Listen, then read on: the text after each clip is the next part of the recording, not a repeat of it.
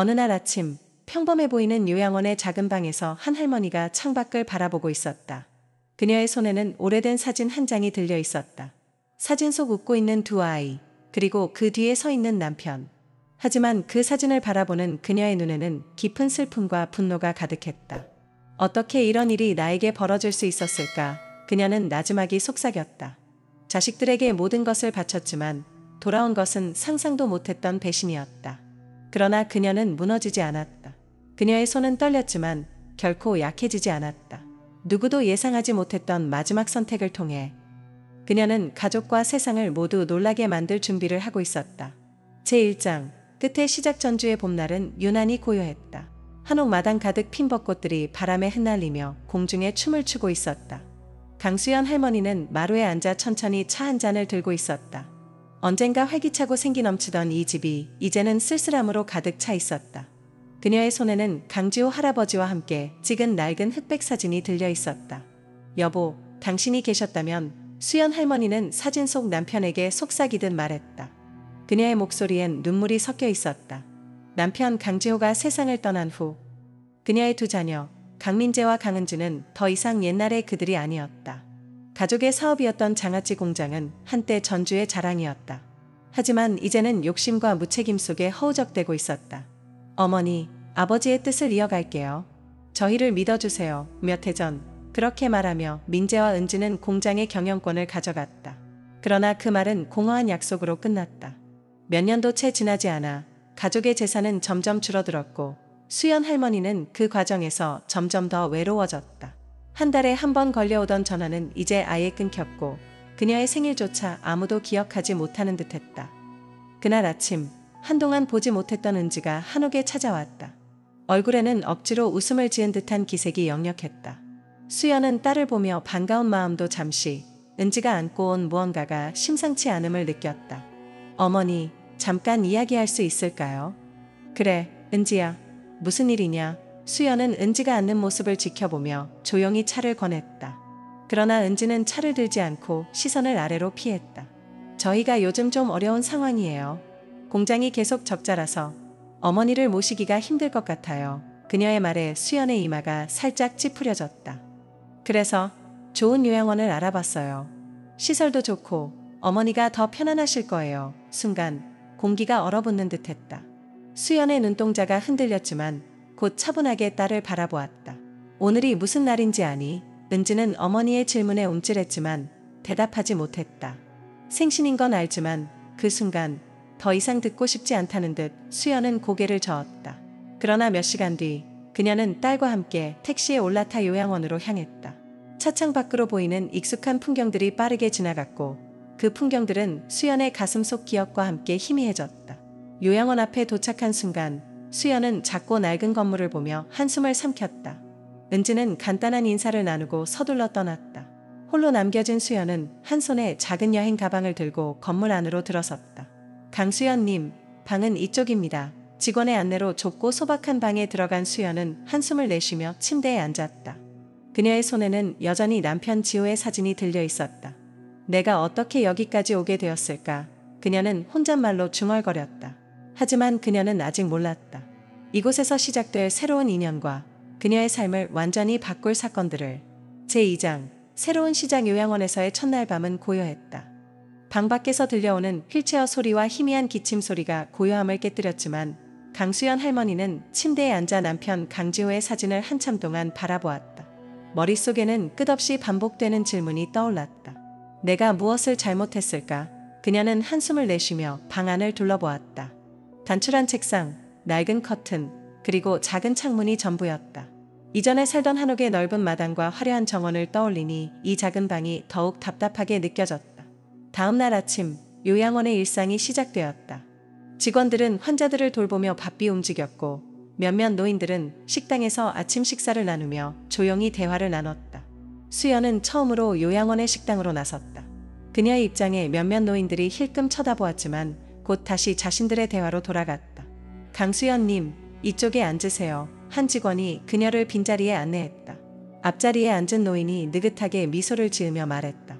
새로 오셨나요? 저는 이 안에서 제일 오래된 사람이라네요. 이름은 조병수입니다. 수연은 잠시 망설였지만 예의를 갖추어 고개를 살짝 숙였다. 네, 어제 왔습니다. 저는 강수연입니다. 조병수는 수연을 흥미롭게 바라보았다. 강수연, 어디서 많이 들어본 이름인데요. 혹시 전주 강씨 가문인가요? 수연은 살짝 미소 지었다. 맞습니다. 하지만 그 이름도 이제는 무의미하네요. 그들의 대화는 간단했지만 수연은 오랜만에 누군가와 나눈 말이 위안이 되는 것을 느꼈다. 아침 식사 후 수연은 요양원의 작은 정원으로 나갔다. 그곳은 삭막한 요양원 내부와 달리 햇빛이 드는 따뜻한 공간이었다. 정원의 끝에는 누군가 한쪽에 앉아 무엇인가를 열심히 적고 있었다. 호기심에 가까이 다가간 수연은 젊은 남자가 펜을 움직이는 모습을 보았다. 누구십니까? 그 남자는 고개를 들어 수연을 바라보며 미소 지었다. 안녕하세요. 저는 김도현입니다. 요양원에서 자원봉사를 하고 있어요.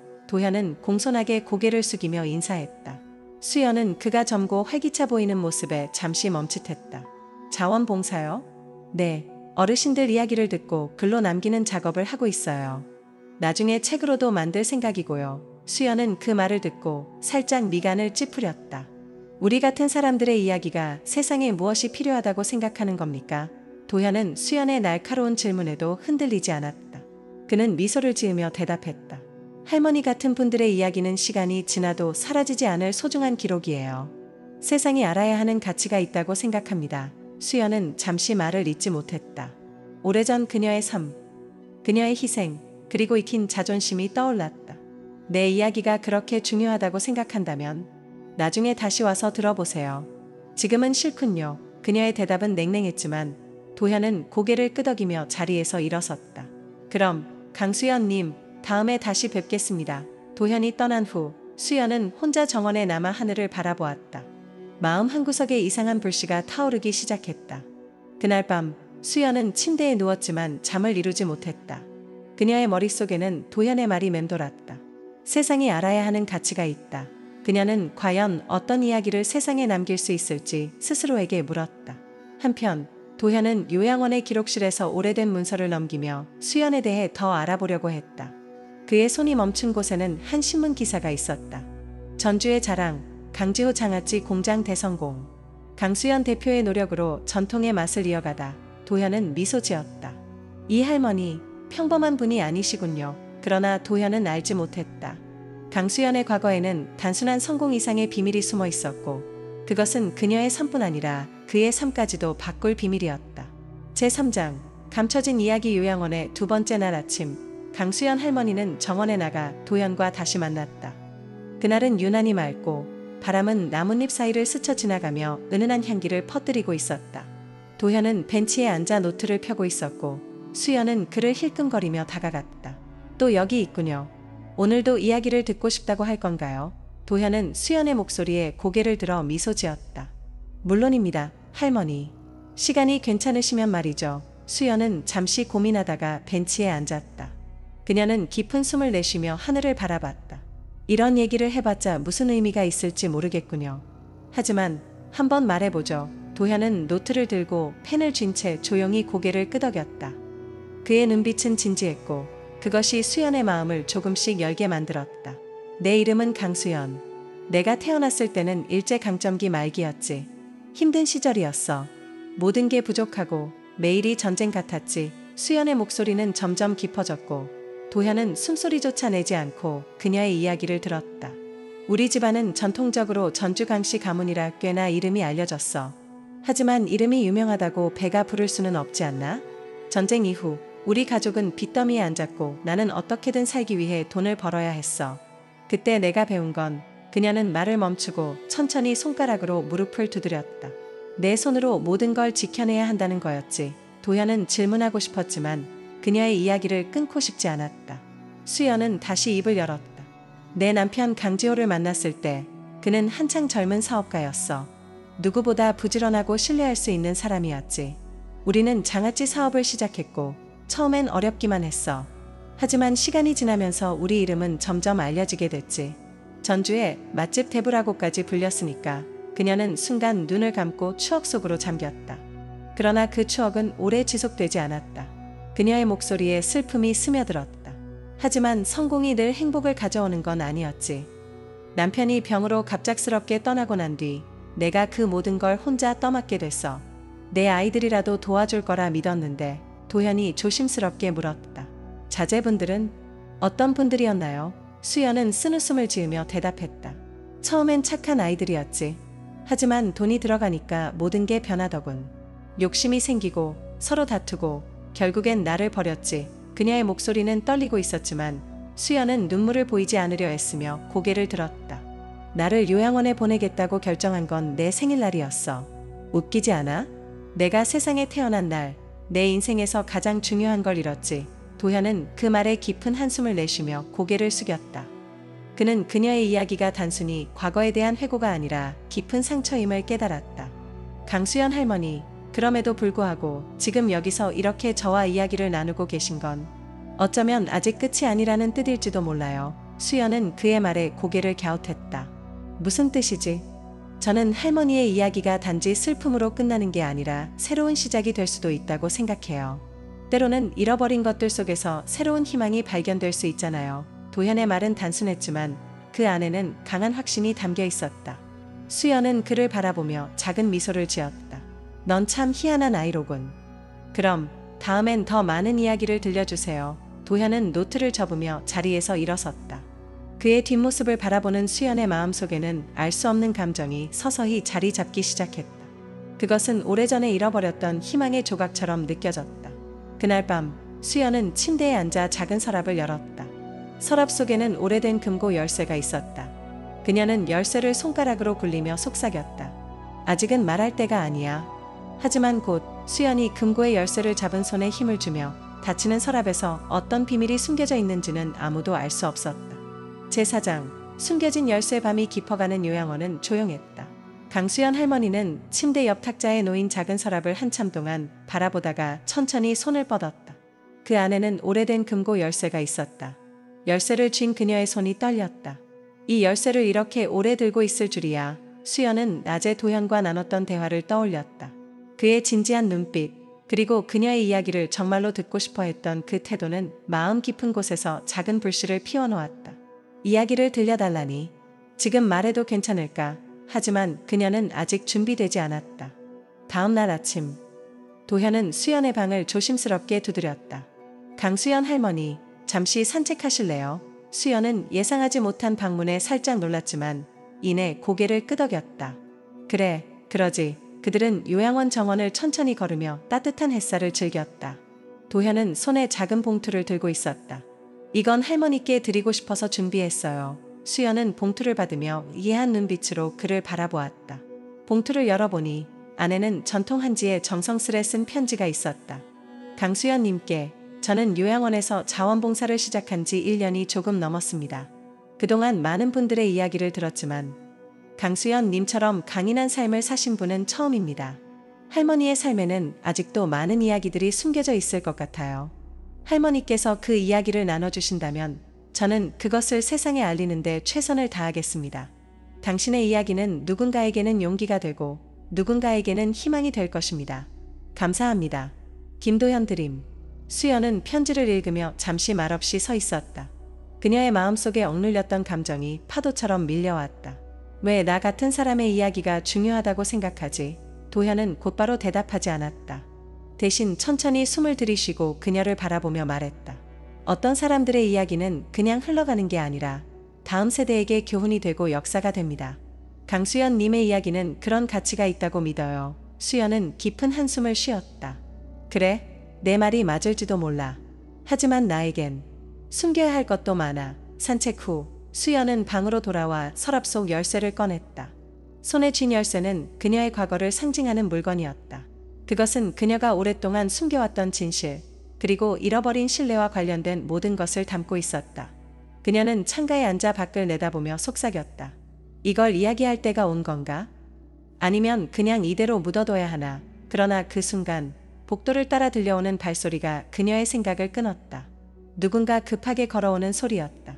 문이 두드려지고 직원의 목소리가 들려왔다. 강수연님, 전화를 받으셔야 합니다. 수연은 의아한 표정으로 자리에서 일어났다. 전화를 걸 사람이 없을 텐데. 그녀는 천천히 전화를 받으러 갔다. 여보세요? 그 너머에서 들려온 목소리는 그녀를 긴장하게 만들었다. 어머니, 접니다. 민재입니다. 수연은 한동안 말이 나오지 않았다. 몇 년 만에 듣는 아들의 목소리였다. 하지만 그 목소리는 반가움보다 긴장감으로 가득 차 있었다. 무슨 일이니, 민재야? 민재는 잠시 망설이다가 말했다. 어머니, 도와주셔야 합니다. 저희가 잘못됐습니다. 공장이 폐업 위기에 처했어요. 수연의 손이 떨리기 시작했다. 그래서? 이제 와서 내가 뭘 할 수 있다는 거니? 민재는 애원하듯 말했다. 어머니, 마지막으로 한 번만 도와주세요. 저희를 위해서. 수연은 전화를 끊고 싶었지만 그럴 수 없었다. 그녀는 깊이 숨을 내쉬며 차분히 말했다. 내일 요양원으로 와라. 이야기는 직접 하자. 전화를 끊은 후 수연은 자리에 앉아 한참 동안 움직이지 않았다. 그녀의 머릿속에는 민재가 사업을 망쳐버렸던 과거의 기억이 떠올랐다. 그가 돈과 권력에 눈이 멀어 가족을 무너뜨린 순간들, 그리고 그 후로 이어진 배신의 날들이 생생했다. 하지만 이번에는 뭔가 달랐다. 그녀는 서랍 속 열쇠를 다시 꺼내며 다짐했다. 이 열쇠가 필요할 때가 온 건가? 그 금고 속에는 단순한 금전적 가치 이상의 것이 담겨 있었다. 그것은 그녀의 마지막 선택이자 숨겨온 진실이었다. 제5장 비밀 금고. 다음 날 아침, 요양원의 분위기는 유난히 무거웠다. 강수연 할머니는 창가에 앉아 밖을 바라보며 민재의 방문을 기다리고 있었다. 어젯밤 전화를 끊고 난 뒤 그녀의 머릿속은 뒤죽박죽이었다. 아들을 다시 만나는 일에 대한 불안감과 자신이 내려야 할 결정에 대한 고민이 교차했다. 결국 또 내가 나서야 하는 건가? 탁자 위에는 오래된 금고 열쇠가 놓여 있었다. 그녀는 그 열쇠를 바라보며 깊은 한숨을 쉬었다. 오전 11시, 민재가 요양원에 도착했다. 몇 년 만에 만나는 아들의 모습은 수연에게 충격적이었다. 그의 얼굴은 헬쑥했고 예전의 자신감 넘치던 태도는 온데간데 없이 사라져 있었다. 어머니, 민재는 조심스럽게 인사를 건넸다. 하지만 수연은 냉정한 눈빛으로 그를 바라봤다. 왔니? 용건부터 말해라. 민재는 고개를 숙이고 천천히 입을 열었다. 어머니, 죄송합니다. 제가 잘못했어요. 하지만 이번에는 정말 마지막입니다. 공장이 폐업 위기라 어머니께서 도와주셔야 합니다. 수연은 손을 꼬며 침착하려 애썼다. 몇 년 동안 나를 찾아오지도 않더니 이제 와서 도움을 요청하는 거냐? 내가 공장을 이렇게 만든 건 생각하지도 않고 말이다. 민재는 애써 눈물을 참으며 대답했다. 알아요, 어머니. 제가 모든 걸 망쳤어요. 하지만 공장은 아버지의 유산이에요. 그걸 이렇게 잃을 순 없잖아요. 그의 말에 수연의 가슴이 순간 찌르듯 아팠다. 유산. 그렇지. 그건 우리가 함께 만든 거였지. 하지만 내가 그걸 버린 거야. 수연은 천천히 자리에서 일어섰다. 방 한쪽에 놓인 작은 서랍을 열어 금고 열쇠를 꺼냈다. 민재는 그것을 보고 고개를 갸웃했다. 어머니, 저건 뭐예요? 수연은 열쇠를 쥔 손을 가슴에 가져가며 그를 바라봤다. 이 열쇠는 단순한 물건이 아니야. 이것은 우리 가족의 마지막 희망이 될 수도 있고 너에게 또 한 번의 기회를 줄 수도 있지. 그녀는 민재를 따라오라고 손짓하며 요양원 직원에게 외출을 알렸다. 그들은 택시를 타고 전주의 한적한 시골길로 향했다. 민재는 택시 안에서 차마 질문을 꺼내지 못하고 어머니의 옆모습만 바라보았다. 어머니, 대체 어디로 가는 건가요? 수연은 눈을 감은 채 대답했다. 곧 알게 될 거다. 1시간이 지나 도착한 곳은 오래된 창고였다. 한옥 스타일로 지어진 이 창고는 한때 수연과 지호가 함께 사용했던 곳이었다. 창고 문을 열자 안에는 먼지가 쌓인 가구들과 오래된 상자들이 보였다. 수연은 천천히 걸음을 옮겨 구석에 놓인 낡은 금고 앞에 멈췄다. 민재야, 이 금고 안에는 내 아버지가 남긴 마지막 유산이 있다. 민재는 금고를 바라보며 긴장감에 몸이 굳었다. 유산이요? 수연은 열쇠를 천천히 금고에 꽂았다. 금고를 여는 순간 민재는 그 안에 놓인 금괴 몇 개와 서류들을 보고 눈이 휘둥그레졌다. 이게 다 뭐죠? 수연은 금괴를 가리키며 말했다. 이 금괴는 내 아버지가 우리가 어려운 시절을 대비해 남긴 것이다. 그리고 이 서류들은 공장의 원래 소유권을 증명하는 문서야. 너희가 공장을 말아먹기 전까지 나는 이걸 열지 않기로 했었지. 민재는 금괴를 바라보며 손을 뻗었다. 하지만 수연은 그의 손을 막으며 단호하게 말했다. 잠깐, 이것들을 내게 주는 건 조건이 있다. 민재는 깜짝 놀라며 어머니를 바라봤다. 조건이요? 수연의 목소리는 흔들림이 없었다. 내가 공장을 살리고 아버지의 이름을 더럽히지 않는다는 약속을 해야 한다. 그리고 내가 살아있는 동안 나를 2번 다시 외롭게 하지 않겠다고 맹세해라. 민재는 잠시 망설였지만 이내 무릎을 꿇으며 간절하게 말했다. 맹세하겠습니다, 어머니. 이번에는 절대 실망시키지 않겠습니다. 금고를 닫으며 수연은 깊은 한숨을 내쉬었다. 민재야, 나는 내가 이 약속을 지킬 거라 믿고 싶다. 하지만 이번이 마지막이야. 내가 또 한 번 나를 배신한다면 더는 기회가 없을 거다. 민재는 고개를 숙이며 울먹였다.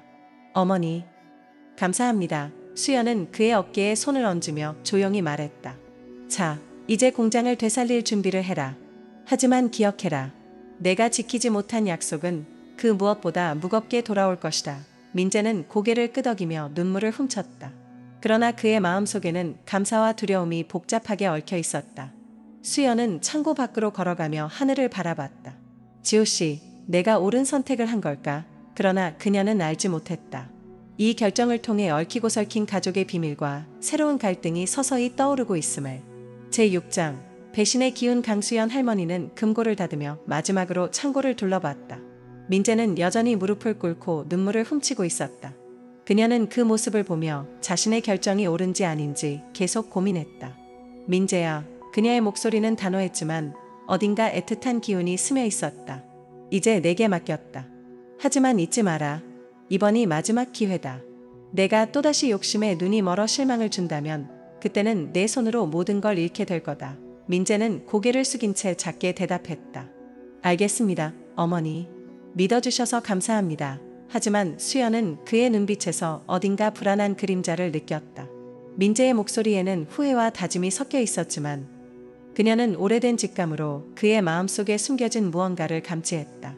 그날 밤 요양원으로 돌아온 수연은 창밖을 내다보며 깊은 한숨을 내쉬었다. 멀리서 들려오는 바람 소리가 그녀의 불안한 마음을 흔들었다. 서랍 속 열쇠를 다시 넣으며 그녀는 스스로에게 말했다. 다시는 과거를 반복하지 않겠다고 다짐했는데 또 내 손으로 이를 만들었구나. 그녀는 한쪽에 놓인 오래된 앨범을 꺼냈다. 앨범 속에는 남편 강지호와 함께했던 사진들, 어린 시절 민재와 은지가 웃고 있는 모습들이 담겨 있었다. 그녀는 사진을 손가락으로 쓸어내리며 나지막히 속삭였다. 지호씨, 내가 당신의 유산을 지키려 했지만 아이들이 점점 우리와 멀어지는 것 같아. 그녀의 마음속에는 민재를 믿고 싶어하는 마음과 그를 의심하는 현실적인 직감이 동시에 자리 잡고 있었다. 며칠 뒤 민재는 공장을 다시 살리기 위해 노력하는 모습을 보이기 시작했다. 그는 전주의 지역 상인들과 만남을 주선하고 폐업 위기에 놓인 공장을 되살리기 위해 투자자를 찾고 있었다. 하지만 그의 행동 뒤에는 미묘한 이상함이 있었다. 민재 형, 이번 투자건 진짜 괜찮은 거야? 민재의 동생 은지가 조심스럽게 물었다. 괜찮을 거야. 어머니가 도와주셨으니까 이제 다시 잘 될 거야. 민재는 자신만만하게 대답했지만 은지는 그의 말에서 불안함을 느꼈다. 은지는 요양원을 방문하기로 결심했다. 어머니에게 직접 상황을 확인하고 자신이 놓친 무언가를 찾아야겠다는 생각이 들었다. 은지가 요양원에 도착했을 때 수연은 정원에 앉아 있었다. 그녀는 꽃잎이 바람에 흩날리는 모습을 멍하니 바라보고 있었다. 어머니, 은지는 다가가며 조심스럽게 인사했다. 수연은 딸을 보며 미소를 지었다. 은지야, 오랜만이구나. 웬일로 왔니? 민재 오빠가 공장 문제를 해결하려고 한다고 들었어요.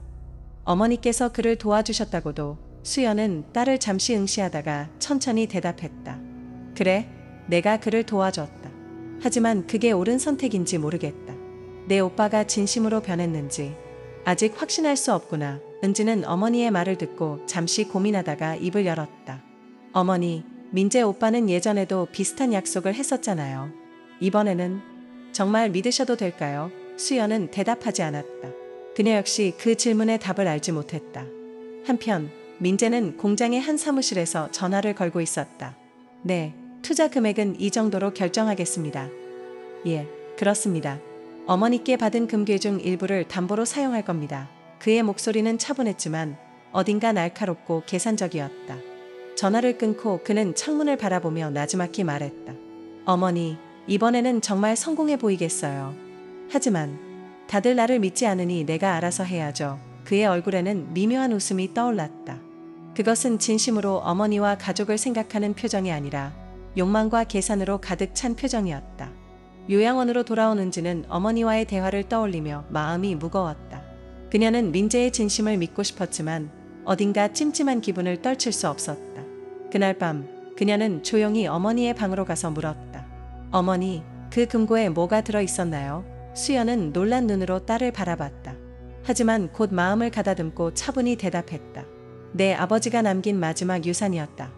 정말 그게 다인가요? 수연은 잠시 망설이다가 말했다. 아니, 그 안에는 단지 금괴와 서류만 있었던 건 아니야. 내 아버지가 숨기고 싶어 했던 가족의 비밀이 함께 있었다. 은지는 그 말을 듣고 숨을 삼켰다. 어떤 비밀인가요? 수연은 고개를 저으며 대답했다. 그건 아직 말할 수 없다. 하지만 곧 모두 알게 될 거다.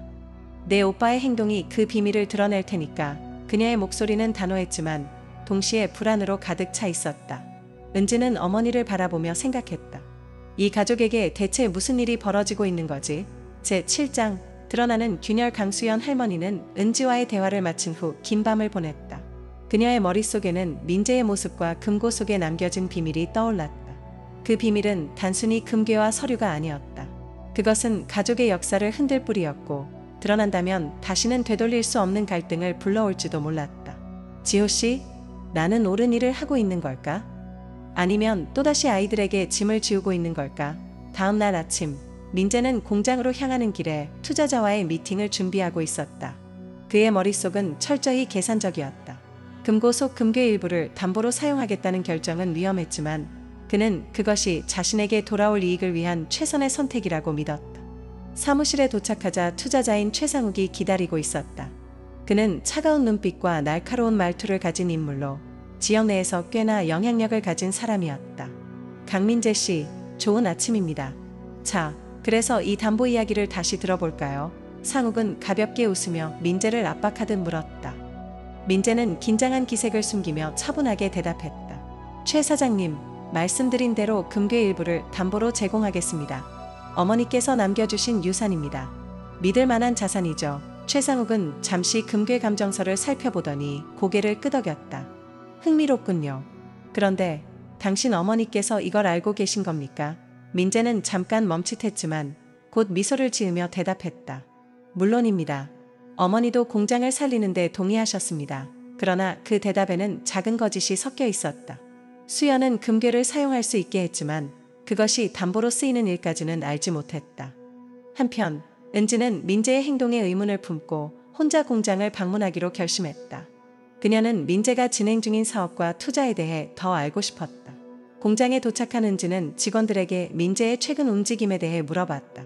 민재 대표님께서 투자자와 회의를 자주 하시는 것 같던데 무슨 일이 진행 중인지 아세요? 직원 중 한 명이 망설이며 대답했다. 대표님께서 공장 재건을 위해 담보를 걸고 자금을 모으신다고 들었습니다. 하지만 구체적으로는 잘 모르겠습니다. 은지는 그 말을 듣고 깊은 불안감을 느꼈다. 담보? 설마. 그녀는 즉시 요양원으로 돌아가 어머니를 찾았다.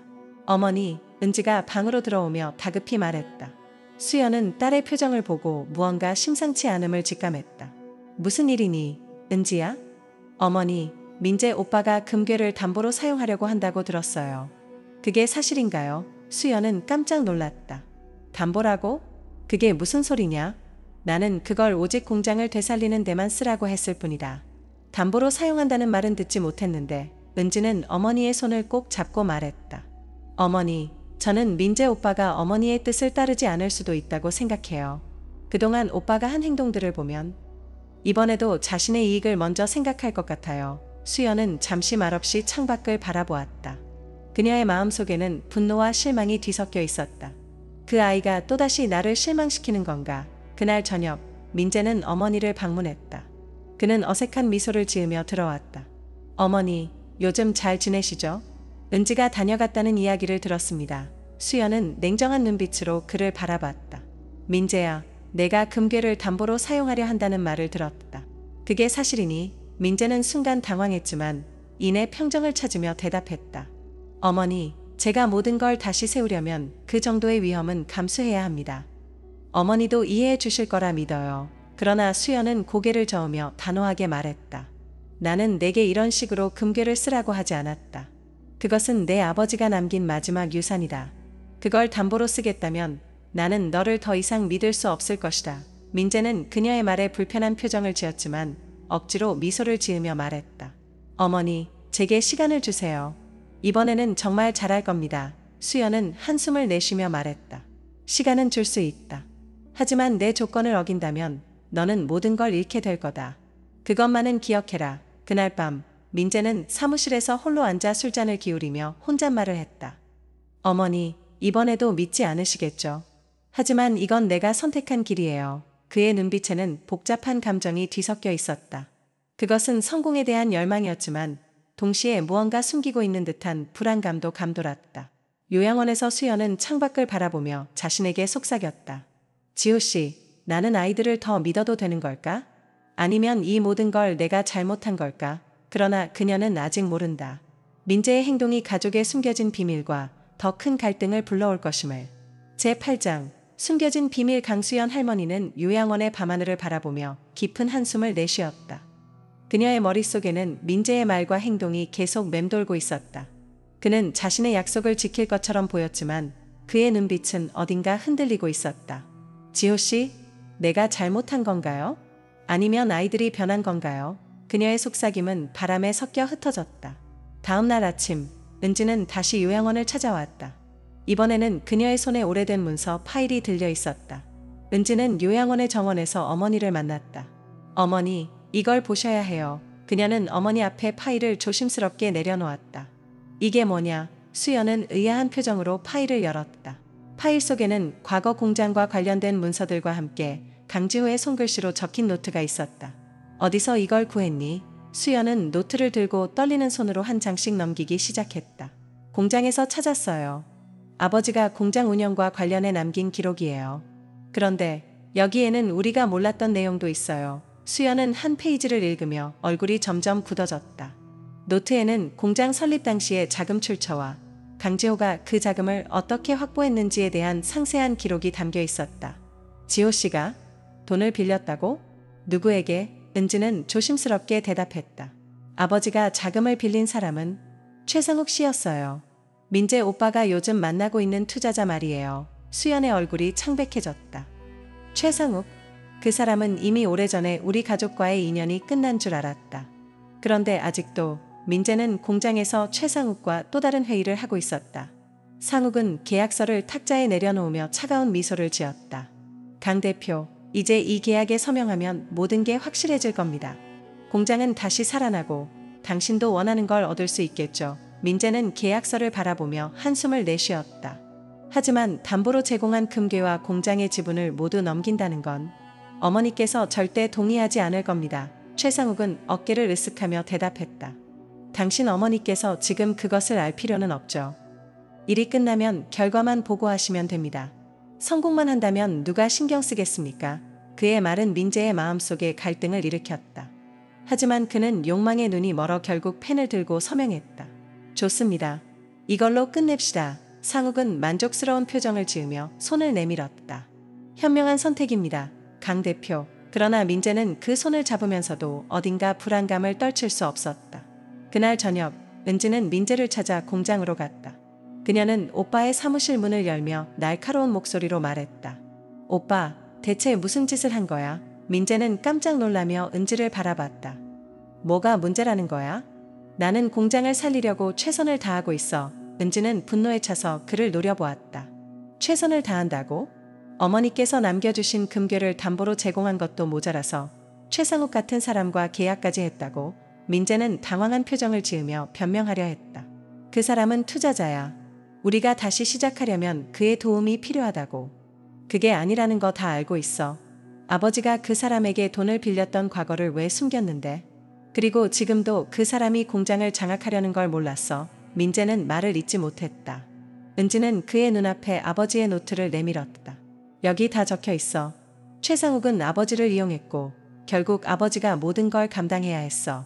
그런데 이제는 내가 똑같은 실수를 반복하려고 해. 민재는 노트를 바라보며 얼굴이 굳어졌다. 그럴 리 없어. 그는 단지 투자자일 뿐이야. 그럼 어머니께 이 계약을 보여줘봐. 정말 그게 단순한 투자라고 믿는다면 말이야. 그날 밤 민재는 어머니를 찾아갔다. 그는 어두운 표정으로 방 안에 들어서며 조용히 말했다. 어머니, 드릴 말씀이 있습니다. 수연은 그의 얼굴을 보자마자 무언가 잘못되었음을 깨달았다. 무슨 일이냐? 민재야. 민재는 조용히 계약서를 내밀었다. 이건 제가 최근에 최상욱 씨와 맺은 계약입니다. 수연은 계약서를 한 장씩 넘기며 읽어나갔다. 그녀의 얼굴이 점점 굳어졌다. 내가 이걸 서명했다고? 어머니, 제가 공장을 살리기 위해 선택한 방법입니다. 다른 방법이 없었습니다. 수연은 손을 떨며 계약서를 탁자에 내려놓았다. 내가 나를 배신했구나. 그 금괴와 공장은 내 아버지가 우리 가족을 지키기 위해 남긴 마지막 유산이었다. 그런데 너는 그걸 담보로 팔아넘기겠다고. 민재는 어머니의 분노의 말을 잊지 못했다. 수연은 그를 차갑게 노려보며 말했다. 내일 최상욱을 만나자. 이 계약은 다시 봐야 한다. 그 사람은 결코 우리 가족을 위해 일하는 사람이 아니다. 수연은 결심했다. 그녀는 민재와 함께 최상욱과 직접 마주하기로 했다. 그녀의 눈빛은 단호했고 과거에 강인했던 모습이 되살아난 듯했다. 하지만 그녀는 아직 알지 못했다. 이 만남이 가족의 마지막 균형을 흔들고 모든 비밀을 수면 위로 끌어올릴 날이 될 것을. 제9장 폭풍의 전야. 다음 날 아침 강수연 할머니는 전날 밤의 충격을 곱씹으며 자리에 앉아 있었다. 그녀의 손에는 민재가 가져온 계약서가 쥐어져 있었다. 계약서의 글자들은 여전히 눈앞에서 어른거렸고 마음속 깊은 분노와 실망이 가라앉지 않았다. 최상욱, 그 이름을 다시 마주할 줄은 몰랐구나. 지호씨, 이건 당신이 남긴 마지막 유산을 지키는 싸움이 될 거야. 그녀는 천천히 자리에서 일어나 거울을 바라보았다. 자신의 굳은 표정을 보며 마음속으로 다짐했다. 이번에는 내 손으로 끝낸다. 민재는 어머니를 모시고 최상욱과 만나기 위해 공장으로 갔다. 택시 안에서 수연은 말없이 창밖을 바라봤다. 민재는 어색하게 침묵을 지키고 있었지만 그의 얼굴에는 초조함이 역력했다. 어머니, 민재가 조심스럽게 말을 꺼냈다. 오늘 너무 화내지 말아주세요. 제가 어머니를 위해 최선을 다하려고 했던 겁니다. 수연은 그의 말을 듣고 냉정하게 대답했다. 너를 믿고 마지막 기회를 줬다. 그걸 어떻게 썼는지는 오늘 만나보면 알게 되겠지. 민재는 어머니의 단호한 말투에 입을 다물었다. 공장에 도착하자 최상욱은 이미 사무실에서 기다리고 있었다. 그는 민재와 함께 들어오는 수연을 보고 천천히 일어나 고개를 숙였다. 강수연님, 오랜만입니다. 이렇게 직접 뵙게 될 줄은 몰랐습니다. 수연은 그를 똑바로 바라보며 단호하게 말했다. 이 계약에 대해 논의하기 위해 왔다. 내가 들은 바로는 이 계약은 우리 가족에게 결코 유리하지 않다더군. 최상욱은 부드러운 미소를 지으며 자리에 앉으라고 손짓했다. 오해가 있는 것 같습니다. 이 계약은 공장을 되살리고 강민재 대표님과 가족분들께 더 나은 미래를 제공하기 위한 겁니다. 수연은 그의 말에 흔들리지 않았다. 내 남편이 당신에게 빌린 돈 때문에 우리 가족이 얼마나 힘들었는지 아는가? 지호 씨는 끝까지 그 빚을 갚으려 했고 결국 자신의 건강까지 희생했어. 그런데 이제 와서 내가 내 아들을 이용해 또다시 우리를 속이려고 하는 건가? 상욱의 미소가 살짝 굳어졌다. 그건 과거의 일입니다. 강수연님, 지금은 시대가 바뀌었고 저는 단지 비즈니스 파트너로서 도움을 드리려는 겁니다. 수연은 계약서를 그의 앞에 던지며 말했다. 이 계약은 내가 우리 공장을 장악하기 위한 술책에 불과하다. 금괴를 담보로 삼아 공장을 되살리겠다니 이건 우리 가족의 모든 걸 빼앗으려는 계획 아니냐. 민재는 옆에서 말을 잇지 못하고 어머니와 상욱 사이를 번갈아 바라보기만 했다. 최상욱은 한숨을 쉬며 계약서를 천천히 집어들었다. 강수연님, 저를 그렇게 신뢰하지 못하신다면 직접 조건을 조율하셔도 좋습니다. 하지만 이 계약이 없으면 공장은 무너질 겁니다. 그러면 남는 건 아무것도 없겠죠. 그의 말은 도발적이었다. 수연은 흔들리지 않고 대답했다. 그렇다면 공장이 무너지더라도 내 손에 들어가게 하진 않을 것이다. 내가 원하는 걸 얻기 위해 우리 가족을 또다시 희생시키는 꼴은 못 본다. 상황이 팽팽해지자 민재가 더 이상 참지 못하고 끼어들었다. 어머니, 이제 그만하세요. 상욱 사장님이 없다면 우리에겐 희망이 없습니다. 수연은 아들의 말을 듣고 천천히 그를 바라봤다. 민재야, 내가 정말로 그렇게 생각한다면 넌 이미 가족을 버린 거다. 민재는 어머니의 냉혹한 말에 충격을 받았지만 자신의 선택을 정당화하려 애썼다. 어머니, 전 단지 가족을 위해 최선을 다하려는 겁니다. 아버지라면 이해하셨을 거예요. 수연은 그 말을 듣고 눈을 가늘게 뜨며 말했다. 내 아버지는 절대 이런 선택을 하지 않았을 것이다. 그는 가족을 지키기 위해 끝까지 싸웠지만 너는 내 욕심을 위해 가족을 팔아넘기고 있다. 최상욱은 흥미롭다는 듯 두 사람의 대화를 지켜보다가 천천히 입을 열었다. 강수연님, 이렇게 감정적으로 나오는 건 이해합니다. 하지만 현실은 냉혹합니다. 이 계약은 이미 효력이 발생했으니 취소하려면 막대한 비용을 감수해야 할 겁니다. 그의 말에 수연의 얼굴에 어두운 그림자가 드리워졌다. 내가 원하는 건 단지 돈이 아니겠지. 무엇을 노리는 거냐? 상욱은 잠시 침묵하다가 천천히 미소를 지었다. 강수연님, 당신이 지키려는 금괴와 공장은 단지 시작에 불과합니다. 진짜 비밀은 그 금괴가 어디에서 온 건지, 그리고 강지호 씨가 무엇을 감추고 있었는지를 아는 겁니다. 수연의 눈이 순간 크게 떠졌다. 내가 그걸 어떻게? 상욱은 여유로운 태도로 말을 이어갔다. 그 비밀은 이미 오래전에 저와 강지호 씨 사이에서 만들어진 것입니다. 그리고 그 비밀을 폭로하지 않으려면 이 계약을 유지하시는 게 좋을 겁니다. 수연은 숨을 깊이 들이쉬며 차분히 대답했다. 좋다. 내가 말하는 그 비밀이 무엇인지 확인하겠다. 하지만 내 손으로 결코 내 뜻대로 두지 않을 것이다. 그녀는 민재를 데리고 자리에서 일어났다. 이 싸움은 끝나지 않았다. 사무실을 나서며 수연은 마음속으로 다짐했다. 지호 씨, 당신이 남긴 비밀을 반드시 찾아내고 지키겠어요. 하지만 그녀는 알지 못했다. 상욱이 알고 있는 비밀이 얼마나 깊고 그것이 가족을 어떻게 흔들게 될지. 제10장 비밀의 문을 열다 요양원으로 돌아온 강수연 할머니는 한참 동안 아무 말 없이 방 안에 앉아 있었다. 그녀의 손에는 최상욱이 던진 말들이 마치 무거운 돌처럼 내려앉아 있었다. 진짜 비밀은 강지호 씨가 감추고 있었던 것입니다. 그 말은 그녀의 마음속에 깊은 균열을 일으켰다. 그녀는 그 금고가 단순히 재산을 보관하기 위한 것이 아니라 오래전부터 남편이 숨겨왔던 어떤 진실을 품고 있다는 사실을 깨달았다. 그녀는 서랍에서 금고 열쇠를 다시 꺼내들며 스스로 다짐했다. 지호 씨, 이제 당신이 남긴 마지막 조각을 내가 직접 확인하겠어요. 다음 날 수연은 은지에게 전화를 걸었다. 은지야, 시간이 되면 공장 창고에서 나를 만나자. 금고를 다시 열어야겠다. 은지는 어머니의 목소리에 긴장감을 느끼며 대답했다. 네, 어머니. 무슨 일이 있는 거죠? 지금은 설명할 수 없다. 하지만 오늘 모든 것을 확인할 거다. 수연은 전화를 끊고 천천히 준비를 마쳤다. 그녀의 표정은 결의로 가득 차 있었다. 그날 오후 은지와 수연은 공장 창고에서 다시 만났다. 낡은 금고 앞에서 수연은 잠시 머뭇거리더니 열쇠를 꽂았다. 은지는 옆에서 조용히 그녀를 지켜보았다. 어머니, 정말 괜찮으시겠어요? 괜찮다. 이제는 알아야 할 때다. 금고 문이 천천히 열리자 그 안에는 이전에 보았던 금괴와 서류들 외에 잘 포장된 작은 상자가 있었다.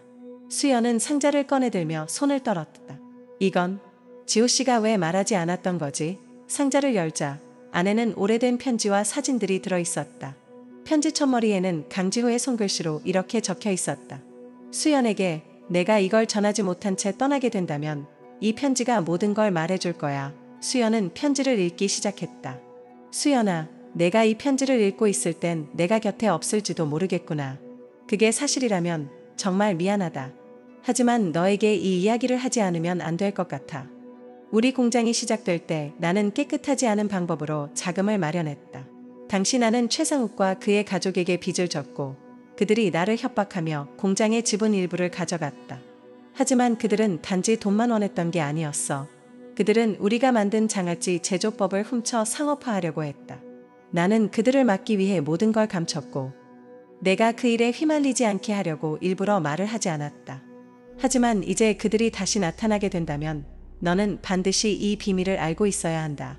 이 사진은 그들이 저지른 일의 증거다. 편지와 함께 들어있던 사진에는 최상욱과 그의 가족이 장아찌 제조법을 훔치려는 증거로 보이는 문서들 앞에서 서명하는 모습이 담겨 있었다. 수연은 사진을 손에 쥐고 입술을 꽉 물었다. 결국 그 자는 처음부터 우리를 이용하려고 했던 거였구나. 은지는 편지와 사진을 보고 놀라며 물었다.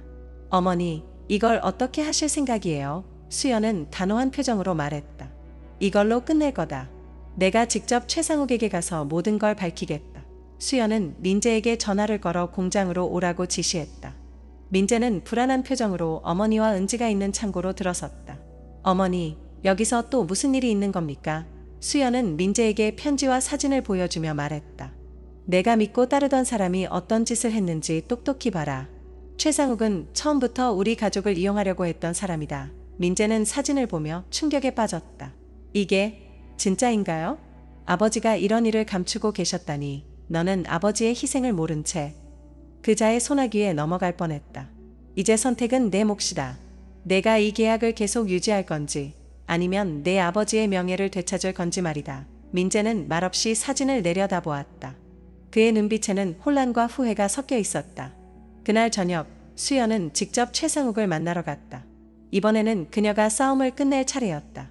최상욱은 그녀가 들고 온 사진을 보고 순간 당황했지만 곧 태연한 척하며 말했다. 이런 오래된 사진으로 뭘 할 수 있다고 생각하십니까? 수연은 그의 말에 흔들리지 않았다. 이 사진은 내가 우리 가족을 이용하려 했던 명백한 증거다. 나는 이걸 지역 언론에 넘길 준비가 되어 있다. 최상욱의 얼굴이 굳어졌다. 그렇게 한다면 당신도 위험에 빠질 수 있다는 걸 알고 있겠죠. 수연은 그의 협박에도 눈 하나 깜빡하지 않았다. 위험을 감수할 만큼의 각오는 되어 있다. 하지만 내가 지금 당장 이 계약을 파기하고 공장에서 손을 뗀다면 나는 이 사진을 세상에 알리지 않겠다. 긴 침묵 끝에 최상욱은 결국 고개를 끄덕였다. 좋습니다. 당신이 이겼군요. 하지만 잊지 마세요. 이런 싸움은 언제나 끝이 없다는 것을. 수연은 그의 말을 무시하며 자리에서 일어섰다. 이건 끝이 아니라 우리 가족의 새로운 시작이다. 요양원으로 돌아온 수연은 깊은 숨을 내쉬며 창문을 열었다. 밤바람이 얼굴을 스치며 그녀의 마음을 차분히 만들었다. 그녀는 자신이 옳은 일을 했음을 느끼며 나지막히 말했다. 지호씨, 우리가 만든 모든 걸 지켜냈어요. 당신이 남긴 유산은 안전해요. 그러나 그녀는 알지 못했다. 민재의 마음속에 여전히 남아있는 갈등이 또 다른 위기를 불러올 수 있다는 것을. 제11장 선택의 대가 최상욱과의 대치에서 승리한 강수연 할머니는 공장을 지켜냈지만 마음속 깊은 곳에서는 불안이 가시지 않았다. 그녀는 가족의 명예와 남편의 유산을 지키기 위해 모든 것을 걸었지만 민재가 보인 흔들림과 욕망은 여전히 그녀를 괴롭히고 있었다. 요양원의 방에 앉아 창밖을 바라보며 그녀는 스스로에게 말했다. 모든 것을 바로잡았다고 믿고 싶지만 민재야, 내가 정말 이겨낼 수 있을지 모르겠구나. 며칠 후 민재는 어머니가 최상욱을 물리친 뒤에도 여전히 공장에서 바쁘게 움직였다. 그러나 그의 태도는 여전히 어딘가 석연치 않았다. 그는 공장 직원들에게 이렇게 말했다. 이제부터 공장의 모든 결정은 나 혼자 내리겠다. 가족의 뜻을 존중하겠지만 결국 사업은 현실적으로 접근해야 한다. 그의 말에는 냉철한 현실주의가 담겨 있었지만 동시에 어딘가 이기적인 기운도 배어 있었다. 은지는 오빠의 이런 태도에 불안을 느끼며 어머니를 찾아갔다. 어머니, 민재 오빠가 또다시 잘못된 길로 갈까 봐 걱정돼요. 오빠가 정말 바뀌었을까요? 수연은 은지의 말에 한숨을 쉬며 말했다. 은지야, 민재는 아버지처럼 강하지 않다. 하지만 내가 마지막 기회를 준 만큼 그는 스스로의 선택에 책임을 져야 한다. 내 오빠를 지켜보자. 그게 우리가 할 수 있는 전부다. 그러나 민재는 공장에서 혼자 남아 또 다른 거래를 준비하고 있었다. 그는 최상욱과의 계약은 끊어냈지만 여전히 자금을 확보하기 위해 또 다른 외부 투자자와 손을 잡으려 하고 있었다. 이번엔 확실하게 준비했어. 어머니도 더 이상 모르게 할 거야. 그의 속삭임은 위험한 결정을 암시하고 있었다. 그날 밤 은지는 민재의 행동이 심상치 않음을 느끼고 공장 사무실을 몰래 방문했다. 어두운 사무실에서 민재의 책상 위에 놓인 문서를 살펴보던 그녀는 또다시 외부 자금을 유치하려는 계획과 함께 공장의 일부를 매각하려는 의도를 발견했다.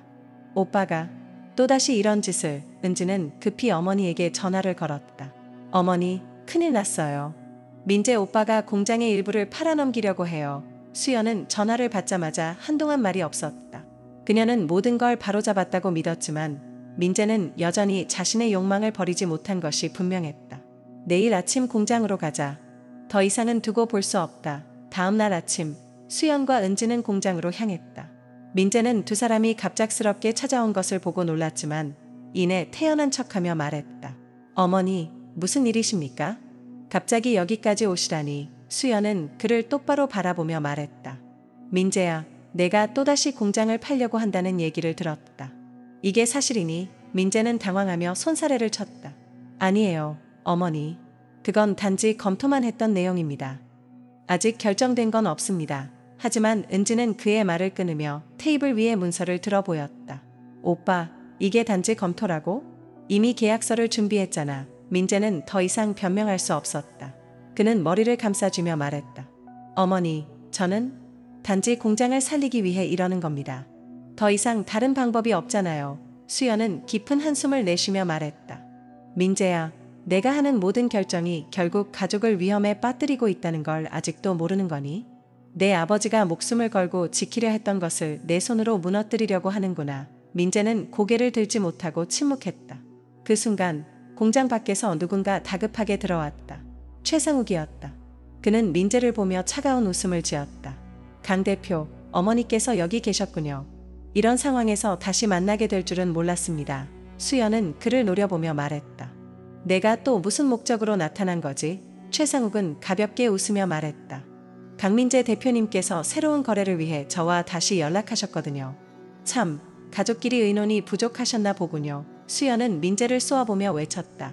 민재야, 이게 사실이니? 또 그 자를 믿고 거래를 하려고 한 거냐? 민재는 더 이상 숨길 수 없다는 듯 고개를 끄덕였다. 어머니, 저는 다른 방법이 없었어요. 이게 아니면 공장을 살릴 수 없다고 생각했습니다. 수연은 그의 말을 듣고 깊은 한숨을 내쉬며 자리에서 일어섰다. 그녀의 눈빛은 단호했다.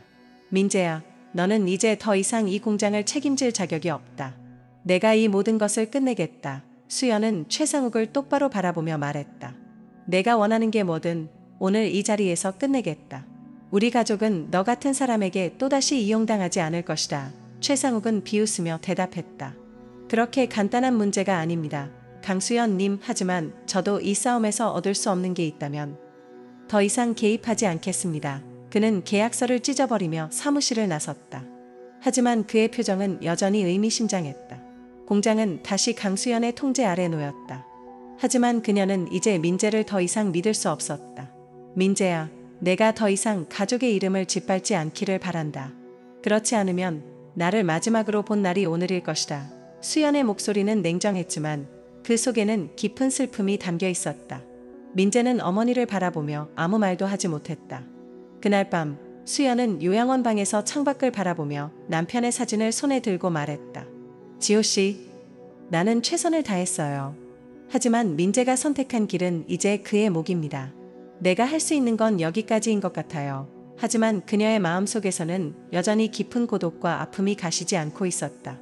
제12장, 가족의 무게. 요양원 방은 조용했다. 강수연 할머니는 창밖으로 비가 내리는 모습을 바라보며 깊은 한숨을 내쉬었다. 그녀의 손에는 남편 강지호와 함께 찍은 흑백 사진이 들려 있었다. 사진 속 지호는 웃고 있었지만 지금 수연의 마음은 그 미소를 마주하기엔 너무 무거웠다. 지호씨, 그녀는 사진을 어루만지며 나지막이 속삭였다. 우리가 함께 만들어온 모든 걸 지키려고 했지만 이제는 더 이상 내가 할 수 있는 일이 없는 것 같아요. 우리 아이들이 그 무게를 짊어질 준비가 안 됐나 봐요. 그녀의 눈에는 고인 눈물이 반짝였다. 하지만 강수연은 그 눈물을 흘리는 대신 마음속 깊은 곳에 묻어두었다. 다음 날 아침, 민재는 어머니를 찾아 요양원으로 갔다. 문을 두드리고 들어온 그의 얼굴에는 깊은 후회와 피로가 가득했다. 어머니, 그는 어머니 앞에 앉으며 조용히 말했다. 죄송합니다. 제가 어머니와 아버지가 지키려 했던 것을 망치고 있었던 것 같아요. 수연은 민재를 한동안 바라보았다. 그의 눈에는 진심으로 보이는 후회와 슬픔이 담겨 있었다. 그러나 그녀의 목소리는 여전히 냉정했다. 민재야, 너는 내가 한 선택들에 대해 책임을 져야 한다. 가족의 이름을 짓밟은 선택을 할 때 그 무게가 얼마나 큰지 깨달았어야 했다. 민재는 고개를 숙였다. 알아요, 어머니. 그래서 이번엔 정말로 바로잡고 싶습니다. 하지만 너무 늦은 건가요? 수연은 깊은 한숨을 내쉬며 대답했다. 늦었다고 생각한다면 그게 바로 끝이다. 하지만 내가 아직 일어설 수 있다면, 진정으로 책임을 질 수 있다면 그건 내가 선택할 문제다. 그녀는 잠시 말을 멈췄다가 천천히 덧붙였다. 내 아버지도 늘 그런 마음으로 싸웠다. 무너질 것 같아도 그는 끝까지 포기하지 않았다. 민재는 공장으로 돌아갔다. 그는 직원들에게 자신이 저지른 실수를 고백하며 공장의 방향을 다시 세우겠다고 다짐했다. 하지만 그의 말에는 아직도 어딘가 모자람이 느껴졌다. 은지가 사무실로 들어오며 말했다. 오빠, 이번에는 정말로 어머니와 아버지가 원하는 대로 할 거야. 민재는 동생을 바라보며 작게 끄덕였다. 응, 어머니가 말한 대로 이제는 내가 책임져야 해. 그럼 우리도 함께 하자. 공장은 오빠 혼자 지킬 수 있는 게 아니야. 이건 우리 가족 모두의 일인걸. 은지의 말은 민재에게 큰 위로가 되었다. 그는 처음으로 자신이 혼자가 아니라는 것을 깨달았다. 며칠 뒤 수연은 민재와 은지의 요청으로 공장을 방문했다. 공장은 조금씩 다시 살아나는 듯했다. 직원들이 분주하게 움직이며 장아찌 제조를 재개하고 있었다. 민재는 어머니 앞에서 작게 고개를 숙이며 말했다. 어머니, 아직 많이 부족하지만 그래도 다시 시작하려 합니다. 수연은 아들의 모습을 바라보며 잠시 말없이 서 있었다. 그녀는 그동안의 고통과 좌절, 그리고 이 순간의 희망을 모두 느끼고 있었다. 민재야, 내가 진심으로 이 일을 다시 시작한다면 난 내가 잘할 수 있을 거라 믿는다. 하지만 이번에는 내가 혼자가 아니라는 걸 잊지 마라. 가족이란 함께 짊어지는 거니까. 민재의 눈에 눈물이 맺혔다. 그는 어머니의 말을 깊이 새기며 대답했다. 네, 어머니. 감사합니다. 이제 정말로 모든 걸 바로잡겠습니다. 공장에서 돌아온 수연은 요양원 방에 앉아 있었다. 그녀는 그날의 일을 곱씹으며 사진을 다시 꺼내들었다. 남편 강지호의 사진을 보며 그녀는 조용히 말했다. 지호씨, 우리 아이들이 다시 일어서고 있어요. 당신이 남긴 유산을 그들이 제대로 지킬 수 있도록 내가 마지막으로 해낼 수 있는 걸 다 했습니다. 그녀의 목소리는 여전히 단호했지만 그 안에는 이제 슬픔 대신 평온함이 담겨 있었다. 그날 밤 요양원 창밖으로 달빛이 그녀의 방을 은은하게 비추고 있었다. 강수연은 창문을 열고 바람을 느끼며 눈을 감았다. 그녀의 얼굴에는 오랜만에 평화로운 미소가 떠올랐다. 가족이 함께한다면 무엇이든 이겨낼 수 있을 거야. 나는 이제 지켜볼 뿐이다. 그러나 그 순간 그녀의 손에 들린 사진이 천천히 무릎 위로 떨어졌다. 수연은 깊은 숨을 내쉬며 의자에 몸을 기댔다. 다음 날 아침 요양원 직원이 그녀를 깨우러 방으로 들어갔을 때 수연은 여전히 미소를 머금은 채 평화롭게 잠들어 있었다. 그녀는 자신의 가족이 올바른 길로 나아갈 준비를 마친 것을 보고 그토록 기다리던 안식을 찾은 것이다. 요양원의 정원에서 진행된 수연의 간소한 장례식에는 민재와 은지, 공장 직원들, 그리고 지역 주민들이 모였다. 민재는 어머니의 사진을 들고 눈물을 흘리며 말했다. 어머니가 우리 가족을 위해 얼마나 희생하셨는지 이제야 알았습니다. 이제부터는 저희가 어머니의 뜻을 이어가겠습니다. 은지는 하늘을 바라보며 속삭였다. 어머니, 정말 감사합니다. 이제는 편히 쉬세요. 저희가 잘 해낼게요. 바람이 불며 벚꽃잎이 흩날리는 가운데 강수연의 미소가 남아있는 사진은 마치 그녀가 여전히 가족을 지켜보고 있는 것 같았다. 에필로그, 끝이 아닌 새로운 시작. 몇 년 후 강지호와 강수연이 세운 공장은 지역에서 가장 사랑받는 전통 장아찌 브랜드로 다시 자리 잡았다. 민재와 은지는 함께 힘을 합쳐 공장을 운영했고 그 과정에서 어머니가 남긴 가르침을 마음에 새겼다. 공장의 입구에는 작은 비석이 세워졌다. 강지호와 강수연, 이곳에서 가족과 함께한 모든 순간을 기억하며 비석 아래에는 벚꽃이 흩날리고 있었다. 가족의 유산은 강수연의 희생과 사랑을 통해 다시 한번 빛을 발하고 있었다.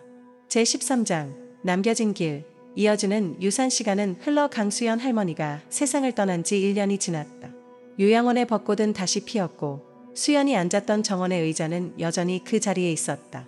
바람이 불 때마다 그녀가 속삭이던 목소리가 들려오는 것 같았다. 공장은 완전히 새로운 모습으로 변했다. 민재와 은지는 어머니가 남긴 가르침을 마음속 깊이 새기며 공장을 운영하고 있었다. 강지호 전통 장아찌는 단순히 제품을 파는 사업이 아니었다. 그것은 가족의 희생과 사랑을 전하는 이야기의 중심이 되어 있었다. 공장의 입구에는 새로 만든 기념 공간이 있었다. 벽에는 가족의 역사를 담은 사진들이 걸려 있었고 그 가운데 가장 큰 사진은 강수연과 강지호가 함께 웃고 있는 모습이었다. 은지는 방문객들에게 이곳을 안내하며 말했다. 이 공장은 단순히 사업이 아니라 저희 부모님께서 세운 가족의 정수입니다. 어머니께서는 모든 것을 희생하며 이곳을 지키셨습니다. 우리는 그 뜻을 이어가고 있습니다. 방문객 중 한 명이 물었다. 강수연 님께서 어떤 분이셨나요? 은지는 미소를 지으며 잠시 하늘을 바라보았다. 어머니는 강인한 분이셨죠. 하지만 무엇보다도 사랑으로 모든 것을 감싸 안으셨던 분이세요. 저희는 그 사랑을 배워가는 중입니다. 민재는 사무실에서 어머니가 남긴 마지막 편지를 꺼내 다시 읽고 있었다. 민재야, 은지야, 가족이란 서로를 지키는 사람들이란다. 너희 아버지와 나는 끝까지 그 사실을 믿었고 너희도 그렇게 살아가기를 바란다. 때로는 실수할 수도 있고 넘어질 수도 있다. 하지만 중요한 건 다시 일어나 함께 걸어가는 거란다. 나는 언제나 너희를 지켜보고 있을 것이다. 민재는 눈물을 삼키며 편지를 접었다. 그는 동생 은지와 함께 어머니의 뜻을 실현하기 위해 더욱 열심히 살아갈 것을 다짐했다. 그날 저녁, 은지는 공장의 작은 창고를 정리하다가 어머니가 썼던 금고를 발견했다. 금고는 이제 비어 있었지만 그녀는 그 안에 깔끔하게 접힌 쪽지를 발견했다. 쪽지에는 단순한 글씨로 이렇게 적혀 있었다. 희망은 가족 안에 있다. 그것만 잊지 마라. 은지는 쪽지를 가슴에 품으며 조용히 말했다. 어머니, 저희는 절대 잊지 않을게요. 에필로그, 강수연의 날. 몇 년 뒤, 전주 지역에서는 매년 봄마다 별표 강수연의 날, 별표를 기념하기로 했다. 이 날은 지역사회의 어르신들을 기리는 날로 가족의 중요성과 어르신들의 희생을 다시금 떠올리게 했다. 공장 앞마당에서는 작은 축제가 열렸다. 벚꽃 아래에서 가족들이 웃고 어르신들이 서로의 손을 잡으며 이야기를 나누는 모습은 마치 강수연 할머니가 꿈꾸던 세상이었다. 민재는 마이크를 들고 사람들 앞에 서서 말했다. 우리 어머니는 늘 말씀하셨습니다. 가족은 함께 지켜야 하는 보물이라고요. 이 자리를 통해 그 가르침을 함께 나눌 수 있어 정말 행복합니다.